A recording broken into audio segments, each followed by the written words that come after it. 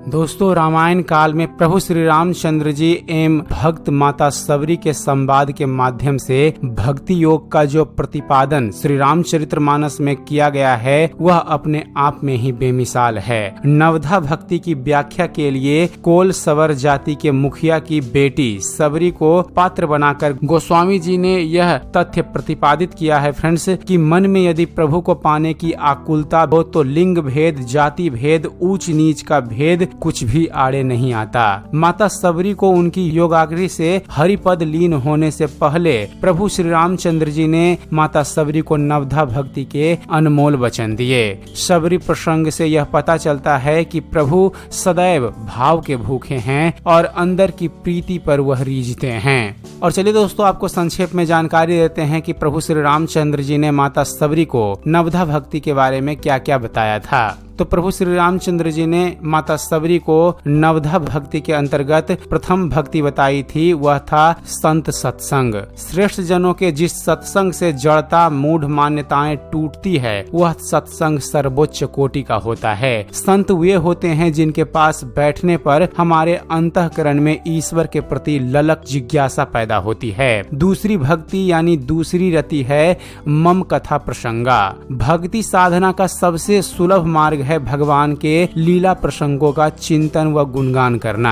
आर्ष साहित्य के पौराणिक कथा प्रसंगों में लोकमानस को सबसे ज्यादा प्रभावित किया है। मन को भगवान के स्वरूप में लीन करने की इसमें जबरदस्त शक्ति है। इसलिए श्री रामचरितमानस व श्रीमद् भागवत जन सामान्य में सर्वाधिक लोकप्रिय है। भगवत भक्ति की ओर उन्मुख करने वाले कथा प्रसंग लोकमानस को छूते हैं, भाव संवेदना जगाते हैं एवं मानव कल्याण का पथ प्रशस्त करते हैं। इस भक्ति का एक श्रेष्ठतम उदाहरण है राजा परीक्षित द्वारा अपने जीवन के अंतिम क्षणों में श्रीमद् भागवत कथा को सुनकर मोक्ष को प्राप्त होना।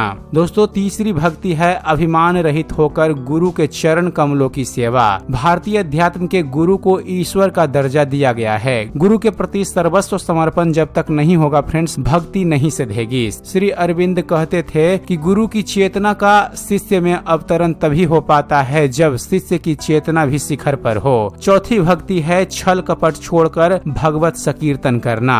श्रीमद् भागवत में बाल यति सुखदेव जी कहते हैं कि कलयुग में भगवान के संकीर्तन से व्यक्ति परम गति को प्राप्त हो सकता है। भगवान श्री कृष्ण ने भी भगवत गीता में कहा है कि यदि कोई अतिशय दुराचारी भी अनन्य भाव से मुझको भजता है तो भजन के प्रभाव से वह शीघ्र धर्मात्मा हो जाता है और परम शांति को प्राप्त होता है। पांचवी भक्ति है दृढ़ विश्वास के साथ भगवान का मंत्र जाप। मंत्र का महात्म्य समझकर भाव पूर्वक परमात्म सत्ता में गहन विश्वास रखकर जब जप किया जाता है तो वह सिद्धि का मूल बन जाता है। ईश्वर को संबोधित निवेदन ही मंत्र है, चाहे नमो भगवते वासुदेवाय हो, नमः शिवाय हो अथवा गायत्री मंत्र के रूप में सतबुद्धि की प्रार्थना। विश्वास पूर्वक किया गया जप निश्चित फल देता है। छठी भक्ति है इंद्रिय निग्रह। दोस्तों, शास्त्रों में कहा गया है सटदम शील बिरति बहुकर्मा, निरति निरंतर सज्जन धर्मा, अर्थात संयम सधते ही शरीर स्वयं सध जाता है।